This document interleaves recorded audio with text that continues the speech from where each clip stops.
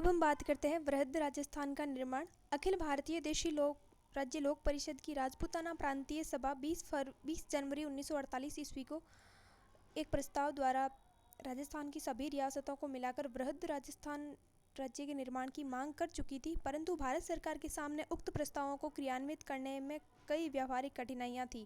प्रदेश में जोधपुर, जयपुर और बीकानेर जैसी रियासतें थीं जो भारत सरकार द्वारा निर्धारित मानदंड के अनुसार अपना पृथक अस्तित्व रख सकती थी, किंतु जोधपुर, बीकानेर और जैसलमेर राज्यों की सीमाएं पाकिस्तान से मिली हुई थी, जहां से सदैव आक्रमण का भय बना रहता था। ये रियासतें थार के विशाल रेगिस्तान का अंग थी, जिसका विकास करना उक्त राज्यों की आर्थिक सामर्थ्य से बाहर था। अतः रियासती विभाग इन रियासतों को वृहद राजस्थान में शामिल करना चाहता था। दिसंबर 1948 को प्रथम सप्ताह में सरदार पटेल की सहमति से वीपी मेनन ने जोधपुर और बीकानेर, जयपुर के राज्यों से वृहद राजस्थान के निर्माण के लिए विचार विमर्श शुरू किया। तीनों शासक अपनी अपनी रियासतों को पृथक इकाइयों के रूप में रखने के इच्छुक थे। अंततोगत्वा कई बैठकों के बाद मेनन उक्त राजाओं को विलय के लिए मनाने में सफल हो गए। जैसलमेर का शासन प्रबंध पहले ही भारत सरकार के हाथों में था।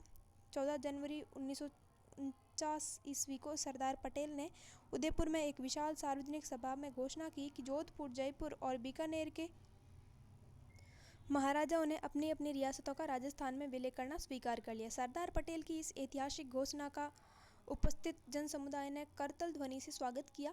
इसके पश्चात इस योजना पर विचार करने हेतु 3 फरवरी 1949 को दिल्ली में वीपी मेनन ने एक बैठक का आयोजन किया। इस बैठक में निर्णय लिया गया था कि जयपुर के महाराजा सवाई मान सिंह को जीवन पर्यंत राज प्रमुख बनाया जाए एवं उदयपुर के प्राचीन राजवंश की मान मर्यादा को ध्यान में रखते हुए महाराणा भूपाल सिंह को महाराज प्रमुख का सम्माननीय पद दिया जाए। वर्मा इस बैठक में सम्मिलित नहीं हो पाए, पर अगले दिन उन्होंने निर्णय पर हस्ताक्षर कर दिए। इस बैठक में राजधानी का मसला सरदार वल्लभ भाई पटेल पर छोड़ दिया गया। पटेल ने राजधानी के चुनाव के लिए विशेषज्ञों की एक समिति पी सत्यनारायण राव समिति नियुक्त की। ये समिति, आप ध्यान रखें कि राजधानी के चुनाव के लिए किस समिति का गठन किया गया था। पी सत्यनारायण राव समिति का गठन किया गया था। समिति ने जयपुर को राजस्थान की राजधानी बनाने की सिफारिश की। समिति ने राजस्थान के अन्य बड़े नगरों को महत्व बनाए रखने के लिए कुछ राज्य स्तर के सरकारी कार्यालय उक्त नगरों में रखने की सलाह दी। सरदार पटेल ने समिति की सिफारिश स्वीकार कर ली। फलस्वरूप जयपुर को राजस्थान की राजधानी घोषित कर दिया गया। हाईकोर्ट जोधपुर में, शिक्षा विभाग बीकानेर में, खनिज और कस्टम एवं एक्साइज विभाग उदयपुर में और वन और सहकारी विभाग कोटा में एवं कृषि विभाग भरतपुर में रखने का निर्णय लिया गया।